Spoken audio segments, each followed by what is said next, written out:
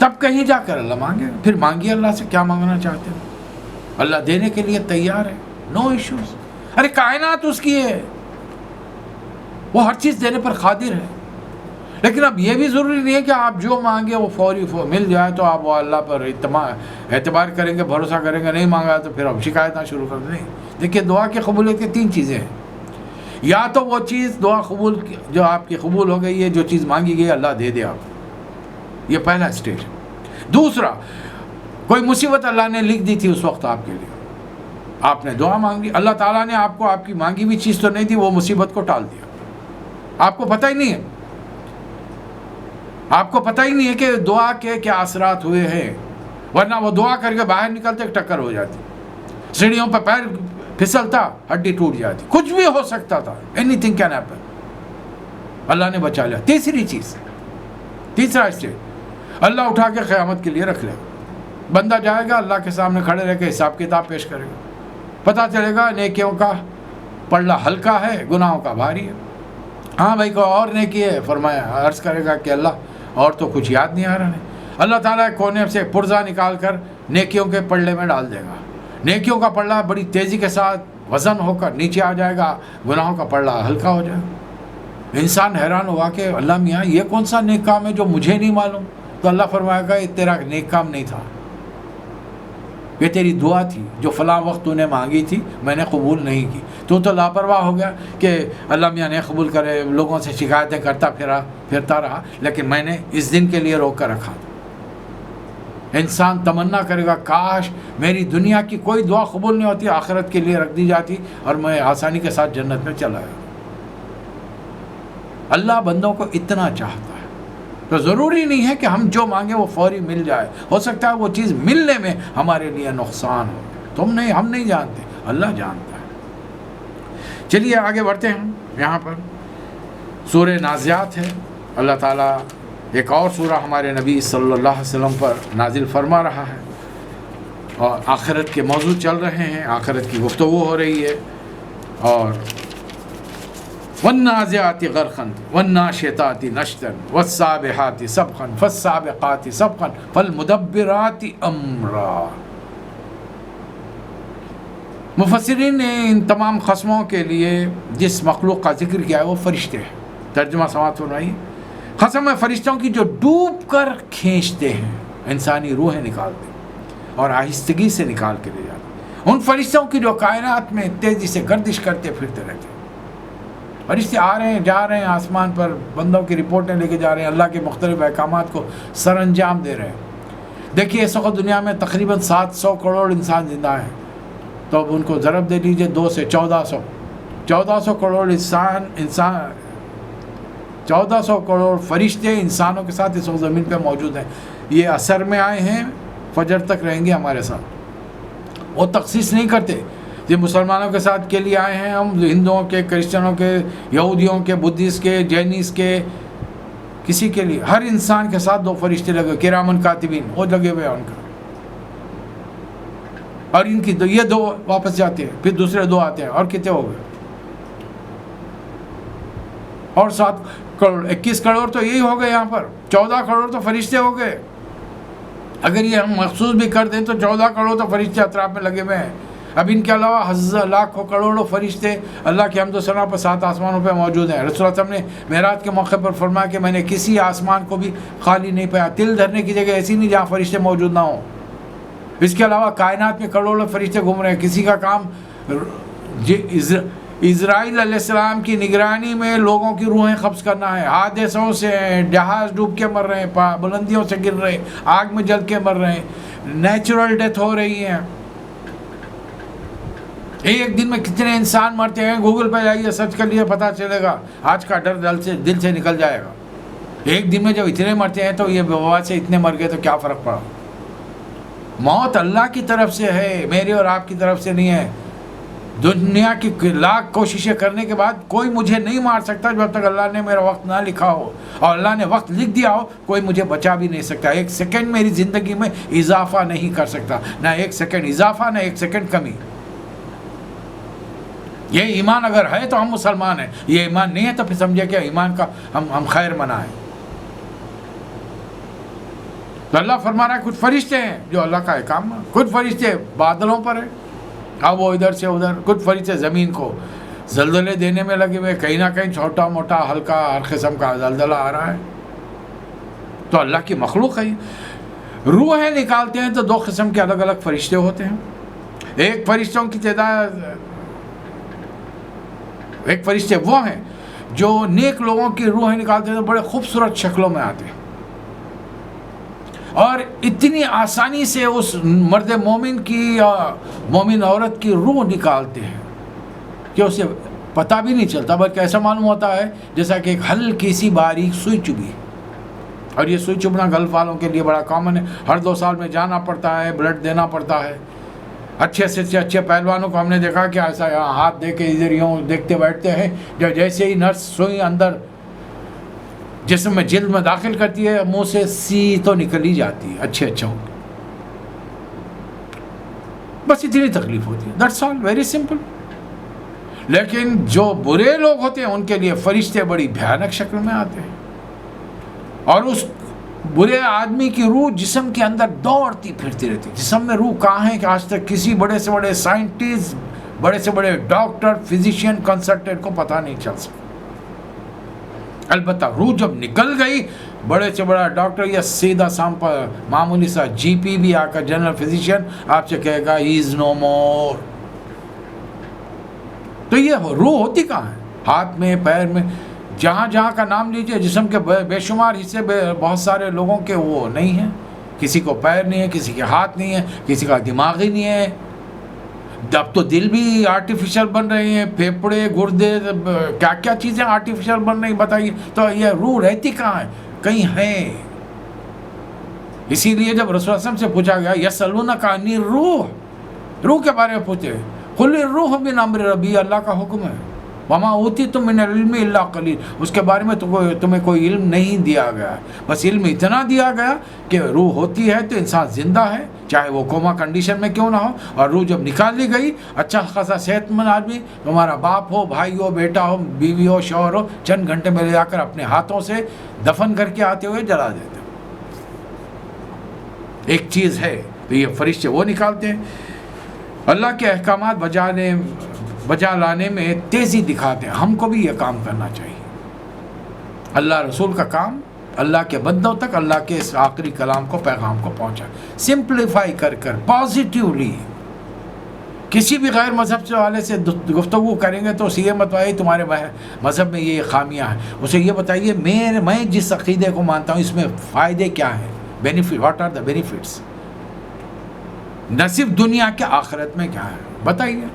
غریبوں میں جا کر آپ کہیں گے سود اچھی چیز نہیں ہے تو کون سا ایسا غریب ہوگا جو کہے گا کہ نہیں صاحب آپ غلط بول رہے ہیں، سود اچھی چیز ہے. اس لیے کہ انہیں جب سیٹوں سے پیسے لے رہا ہے، 100 لے رہا ہے، اگلے مہینے اس کی رقم بڑھ کے 110 ہو گئی، نہیں دیا اگلے مہینے میں 121 ہو گئی. یعنی سود پر بھی سود بن رہا ہے، کمپاؤنڈ سود لے رہے ہیں وہ لوگ. تو کون سود کو پسند کرتا ہے؟ کون سا ایک عام کامن آدمی ہے جس کو بتائیں، جا کے پوچھیے آپ شراب اچھی چیز ہے؟ کون سا کہے گا؟ اگر اس گھر کے اور فیملی ممبر سے پوچھیے، آپ اس کی بیوی سے پوچھیے، اس کے بچوں سے پوچھیے. جیسے کہ پی کے آنے والا گھر میں جو دھم مچاتا ہے اور جو پیسہ ضائع کر کے آتا ہے، لوگوں کے سامنے خود تماشا بنتا ہے، گھر والوں کو تماشا بناتا ہے، کون پسند کرے گا یہ تمام چیزیں؟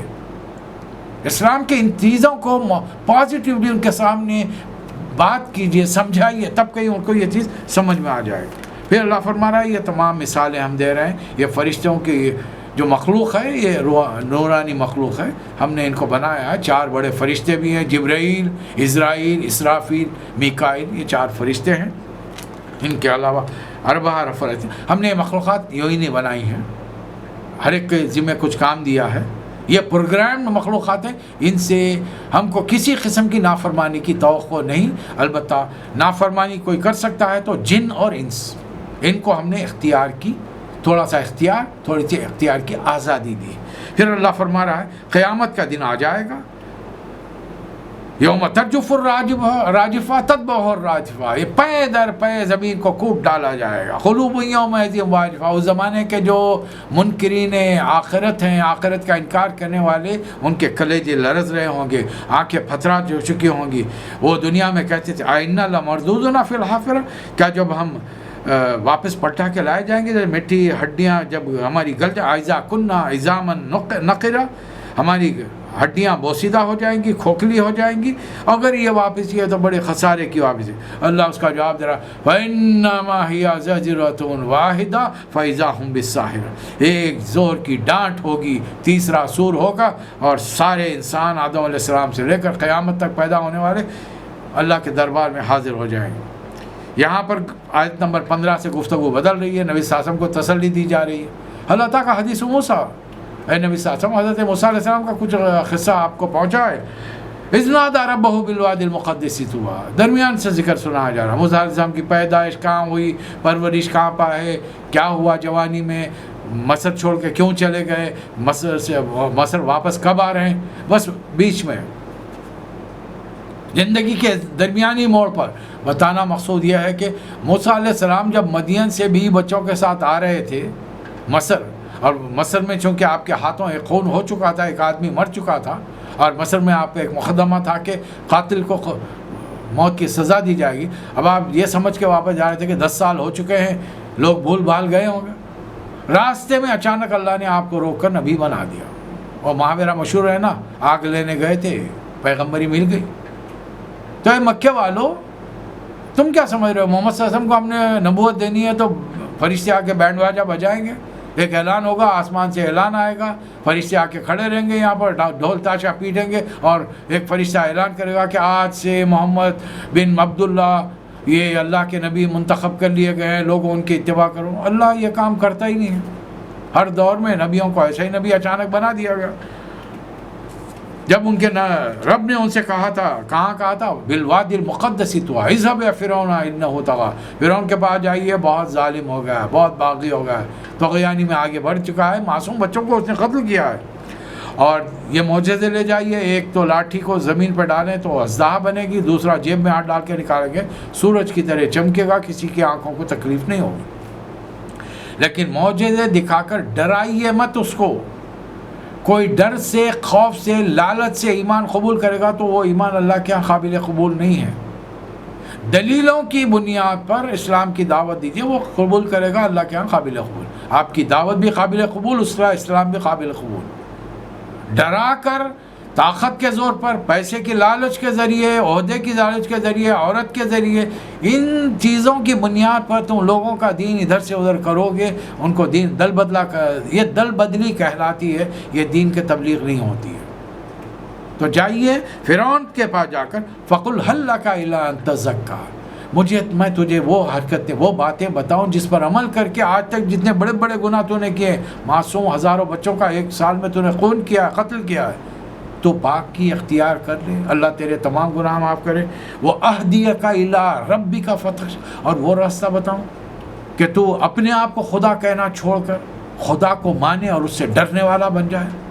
لیکن جب آدمی کو طاقت، کرسی، مال، دولت، خوبصورتی، کوئی چیز اگر مل جائے تو پھر وہ دنیا والوں کو حقیر سمجھتا ہے. فرعون نے بھی یہی سمجھا. فَأَرَاهُ الْآيَةَ الْكُبْرَى، بڑی بڑی نشانیاں دیکھی، لاٹھی اژدہا بن رہی ہے. اگر وہ اژدہا جھوٹا ہے، نقلی ہے، تو تیرے اپنے کسی سپاہی کو حکم دینا، آگے بڑھ کر اسے مار ڈالے. معصوم بچوں کو تو نے مار دیا، ایک سانپ کو مارنے میں تکلیف کیا ہو رہی ہے؟ تو خود اتنا بڑا بہادر بنا پھرتا ہے، تلوار ہاتھ میں لے جا کر اژدہے کو قتل کر دے. کیا مسئلہ کیا ہے تیرے ساتھ؟ ڈر رہا ہے، کوئی آگے نہیں بڑھتا. فَكَذَّبَ، جھٹلا رہا ہے، نافرمانیاں کر رہا ہے، غرور و تکبر میں اکڑ رہا ہے، اور اعلان کر رہا ہے لوگوں کے سامنے، میں تمہارا. وَقَالَ أَنَا رَبُّكُمُ الْأَعْلَىٰ، میں ہوں رب اعلیٰ. موسیٰ علیہ السلام نے معجزے بتائے. پہلا معجزہ، ملک کا پورا پانی، ملک میں ندیاں، تالاب، کنویں خون بن گیا پانی. اب پیتے کیا، کھاتے کیا، نہاتے کیا، دھوتے کیا. موسیٰ علیہ السلام کی دعا سے یہ مصیبت دور ہوئی. پھر دوسری، پھر بھی قوم نے مانی. دوسری مصیبت، ملک میں مینڈک پھیل گئے، ملک میں ٹڈی دل پھیل گیا، ملک میں سرسریاں پھیل گئی. کتنے معجزے بتائے، قوم نہیں مان رہی، قوم ماننا ہی نہیں تھا. ہر بات مصیبت آتی ہے تو کہتے ہیں کہ موسیٰ اپنے رب سے دعا کرو، یہ مصیبت ٹل گئی تو یا ہم مسلمان ہو گئے یا بنی اسرائیل کو تمہارے ساتھ بھیجیں. لیکن جب مصیبت دور ہوتی ہے قوم نہیں مانتے. آخر کار موسیٰ علیہ السلام کو اللہ نے حکم دیا. یہ ہم آنے والے سوروں میں پڑھیں گے، سورہ قصص میں، سورہ طٰہٰ میں، بے شمار سوروں میں موسیٰ علیہ السلام کا جتنا تذکرہ قرآن مجید میں کسی اور نبی کا نہیں ہے.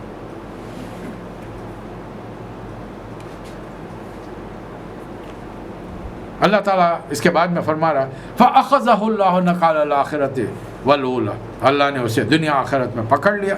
إِنَّ فِي ذَلِكَ لَعِبْرَةً لِمَن يَخْشَىٰ، اس میں، اس قصے میں کہانی ہے، یہ تاریخ ہے.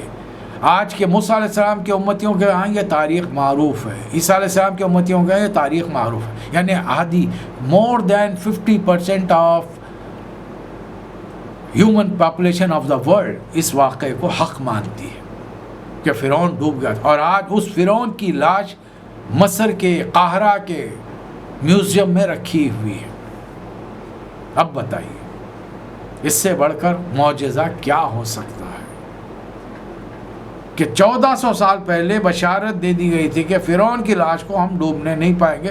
ہزاروں سال تک وہ لاش کسی کو ملی نہیں، گزشتہ 500-600 سال پہلے یہ لاش ملی ہے. یعنی رسول اللہ صلی اللہ علیہ وسلم کی بعثت کے تقریباً 700-800 سال کے بعد میں یہ لاش ملی ہے.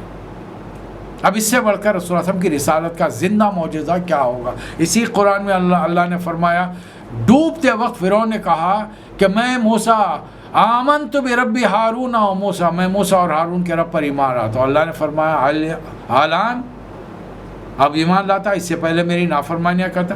الیوم ننجی ببدنک، یہ قرآن کی آیت ہے.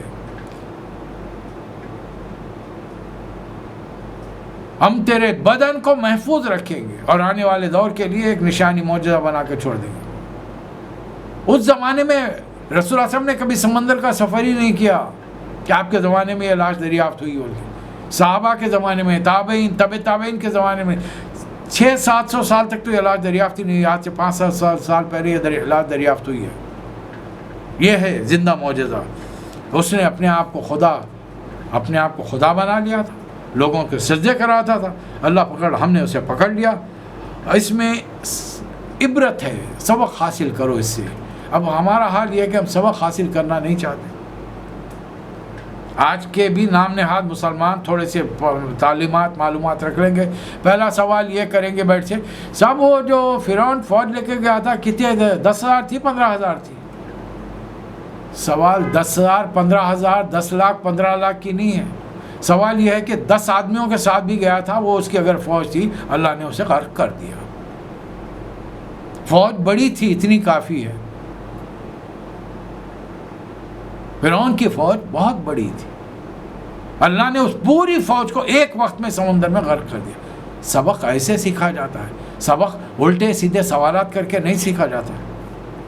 پھر اللہ فرما رہا ہے اس میں نشانی ان کا، انسان کا بنا. انتم اشد خلقا من السماء بناها رفع سمكها فسواها.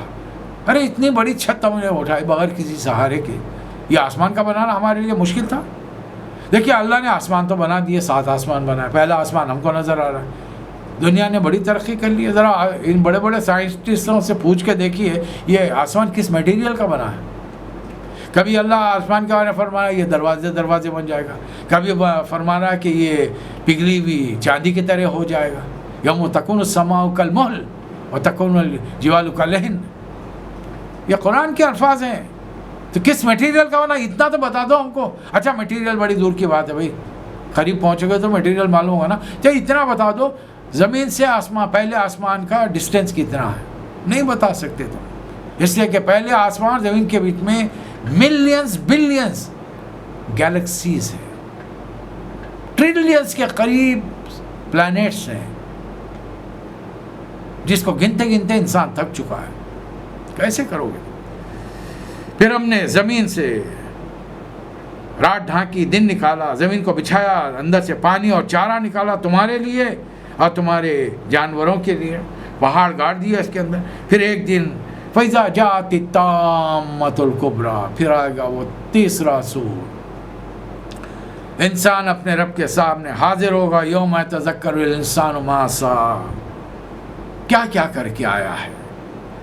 جنت سامنے ہوگی، دوزخ سامنے ہوگی، اور اللہ سے ان کے بارے میں فرمایا وَأَمَّا مَنْ خَافَ مَقَامَ رَبِّهِ وَنَهَى النَّفْسَ عَنِ الْهَوَىٰ فَإِنَّ الْجَنَّةَ، جس نے اپنی خواہش نفس کو روک کے رکھا، اللہ رسول کے احکام کی اطاعت کی، وہ جنت میں ہوگا۔ اس کے برخلاف وَأَمَّا مَنْ طَغَىٰ وَآثَرَ الْحَيَاةَ الدُّنْيَا فَإِنَّ الْجَحِيمَ هِيَ، جو باغی ہو گیا، اللہ رسول کے احکامات کو پس پش ڈالا، اپنی منمانی کی، اپنی مرضی چلائی، اس کے لیے دوزخ کی بھڑکتی ہوئی آگ ہے۔ یہ لوگ آخر کار ایک ہی سوال گھوم پھر کر کریں گے، یسألونک عن الساعة ایان مرساہا، وہ قیامت کی گھڑی کب آئے گی؟ آپ دن تاریخ بتائیے، کوئی نہیں مانے، جس کو نہ ماننا ہو کبھی، ورنہ ماننے والا تو اپنے گھر میں ایک موتا کو دیکھے گا تو ہیبت کھا جائے گا۔ آخر اس کے ہر آدمی کے گھر میں دادا کا، نانا کا، دادی کا، نانی کا، باپ کا، ماں کا، کسی نہ کسی کا تو انتقال ہوا ہوگا۔ کون سا ایسا آدمی ہے جس کے گھر میں آج تک کسی کا انتقال نہیں، سارے زندہ بیٹھے، ارے چلو ٹھیک ہے زندہ بیٹھے، پڑوس میں تو کسی کا انتقال ہوا ہوگا، عزیز اقارب میں تو کوئی خاندان دنیا میں ایسا ملا آپ کو کہ وہاں سارے افراد زندہ ہیں، ننیالی، ددیالی، سسرالی، سارے رشتے دار، اور اس انسان نے، اس گھر والوں نے کسی جنازے میں شرکت نہیں کی؟ انسان سبق نہیں سیکھنا چاہے تو بہت کچھ ہے، بہت کچھ ہے۔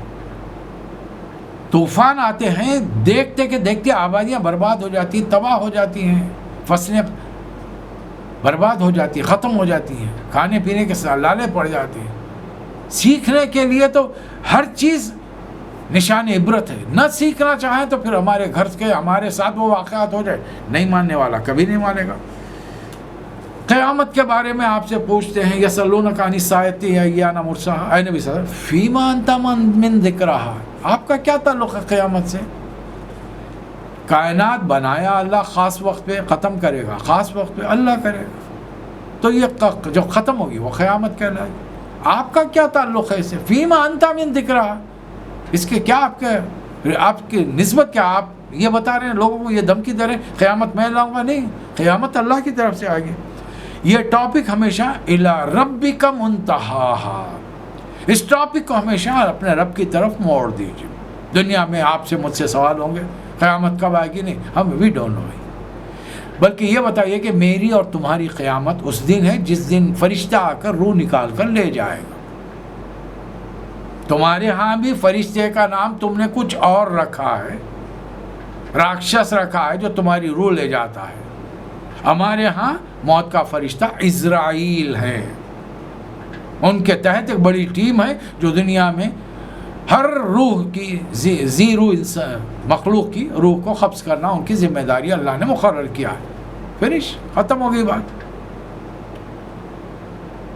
یہ فرشتہ اللہ کے حکم سے انسان کی، میری قیامت تو اسی دن ہوگی جب میری روح نکالی گئی، جسم اور روح دو الگ الگ ہو گئے۔ اب میرا جسم لاشے کی شکل میں گھر میں پڑا ہے، انتہائی محبت کرنے والے باپ ماں، چاہنے والی بیوی، جان نثار کرنے والے دوست، حد سے زیادہ فرما برداری کرنے والی اولاد، سب بیٹھے ہوئے دیکھتے رہیں گے اور چند گھنٹوں میں مجھے لے جا کر دفن کر کے آ جائے گا۔ کوئی مجھے محبت میں گھر میں نہیں رکھے گا، کوئی نہیں رکھے گا۔ رکھیں گے تو حماقت ہوگی، چند گھنٹوں میں جسم سڑ گل جائے گا، بدبو آئے گی، لے جا کر پھر پٹک کے آ جائے گا۔ تو پھر کرنا کیا ہے؟ تو میرا نامہ اعمال تو ختم ہوگا، میری قیامت تو ہو گئی۔ اور میں اہل ایمان کو پھر ایک بار یقین دلاؤں، آپ اور میں قیامت نہیں دیکھیں گے، اس لیے ہم کو اس بارے میں غور کرنا ہے۔ قیامت آئے گی، ہماری قیامت تو، ہماری روح نکل گئی، قیامت ہو گئی، ہمارا نامہ اعمال رجسٹر بند ہو گیا۔ اب اگر اس رجسٹر میں کچھ اضافہ کرنا ہو تو 3 کام، ایسا علم حاصل کیجئے جو لوگوں کو دیں، جس پر لوگ ہمارے بعد بھی عمل کر سکتے رہیں، تو وہ جتنے عمل جب تک کرتے رہیں گے ہمارے کھاتے میں لکھا جائے گا۔ پل بنا، چاہ بنا، مسجد و محراب بنا، ابھی یہ کام مسجدیں بنا دیجئے، لوگوں کے کھانے پینے کے لیے پل برج بنا دیجئے، لوگوں کے کھانے پینے کے لیے کنویں کھودا دیجئے، کوئی چیریٹیبل کام کیجئے، دنیا والوں کے لیے کیجئے، اس لیے کہ الخلق عیال اللہ، یہ پوری دنیا اللہ کا کنبہ ہے، چاہے وہ مسلم ہو غیر مسلم ہو. آج ہر کوئی اس آفت مصیبت میں جب مبتلا ہے, جب بھی مصیبتیں آتی ہیں, بغیر سوچے سمجھے کہ میں اپنوں کی مدد کر رہا ہوں, رشتہ داروں کی ہے, میرے مسلم بھائیوں کی نہیں, میں انسانوں کی مدد کر رہا ہوں. شاید ہمارے ان اعمال سے ان لوگوں کا دل پگھلے اور وہ اسلام کے دائرے میں آئے, اور ہم نے دنیا میں کچھ کمایا ہو, بڑا عہدہ حاصل کیا ہو نہ ہو, ہم نے آخرت میں اپنی سیٹ بک کر لی ہے جنت میں. ایک آدمی کو اسلام کا پیغام پہنچا دیا, اس نے قبول کر لیا, ہماری جنت میں سیٹ پکی ہو گئی. تو میری قیامت آنے سے پہلے میں یہ کام کر لوں. کہاں انما انت منذر من یخشی, اور آپ ہیں کہ آپ تو صرف ڈرانے والے ہیں. قیامت کی گھڑی تھی, رسول اللہ سے بھی سوال کیا گیا کب آئے گی, تو فرمایا کہ یہ تو اللہ ہی جانتا ہے, البتہ اس کی کچھ نشانیاں بتاؤں. اور نشانیاں ہم دیکھ رہے ہیں, ہم تو بیٹھے ہوئے ہیں گلف میں دیکھ رہے ہیں. جب تم دیکھو کہ عرب کے یہ بدو ننگے پیر گھومنے والے, اونٹوں بکریوں کو چرانے والے, اونچی اونچی عمارتیں بنا کر جب آپ آپس میں فخر کرنے لگیں, قیامت قریب ہے. یہ نہیں فرمایا قیامت دوسرے دن آئے گی, قیامت قریب ہے. آج دیکھ رہے ہیں, گزشتہ 40 سال سے پورے گلف کو ہم دیکھ رہے ہیں, کس کس جگہ کیا کیا تھا. سعودی عرب میں میرے اپنے شہر سے, حیدرآباد کے بڑے بڑے عمرہ وہاں پر عمارتیں تعمیر کرتے تھے, آج بھی رباط کے نام سے قائم ہیں, تاکہ حاجیوں کو وہاں ٹھہرنے کی سہولتیں ملیں. سعودی حکومت کے پاس تھا نہیں کچھ اس وقت, مال دولت, اس وقت پیٹرول دریافت نہیں ہوا تھا, بلکہ آج بھی شہر کے بیچوں بیچ بہت بڑی عظیم الشان عمارت ہے. جیسا مسقط کے اندر البستان پیلس ہے, شہر حیدرآباد کے heart of the centre of the city کے اندر مدینہ بلڈنگ کے نام سے ایک بڑی عظیم الشان عمارت ہے, جس کو وقف کیا گیا تھا. اس عمارت کے سارے کرائے, جتنے فلیٹس ہیں, جتنی دکانیں, وہ پورے کرائے سعودی عرب کو جاتے تھے, مدینہ منورہ میں, وہاں پہ مسجد نبوی کی خدمت کرنے کے لیے, وہاں پر لوگوں کی مدد کے لیے. ایک اسٹیج آیا گزشتہ 25-30 سال پہلے, سعودی عرب نے بڑے احترام کے ساتھ شکریہ ادا کرتے ہوئے منع کیا کہ اب ہمارے ہاں سفیشینٹ ہے, اللہ نے نوازا ہے, اب نہیں چاہیے. اب آیا ہے وہاں پر, ورنہ تھا کیا یہاں پورے گلف کے اندر سوائے ریگستانوں کے, یہاں پر تھا کیا, یہاں پر کچھ نہیں تھا. اللہ نے دیا, اللہ نے کسی چیز کی کمی نہیں کی. پھر اللہ فرما رہا کأنہم یوم یرونہا لم یلبسوا الا عشیۃ او ضحاہا. بس یہ قیامت کو جب دیکھ لیں گے تو پتہ چلے گا کہ یہ دن یا دن کا کچھ حصہ دنیا میں رہ کے آئے. یہ انسان ہیں, یہ لوگ اس طریقے سے ہم مطالبے عجیب و غریب کرتے رہتے ہیں. انتظار نہ کریں, غنیمت جانے کل کا کام آج, آج کا اب کریں. اللہ تعالیٰ مجھے اور آپ کو توفیق عطا فرمائے. اللہ آخر دعوانا ان الحمد للہ رب العالمین.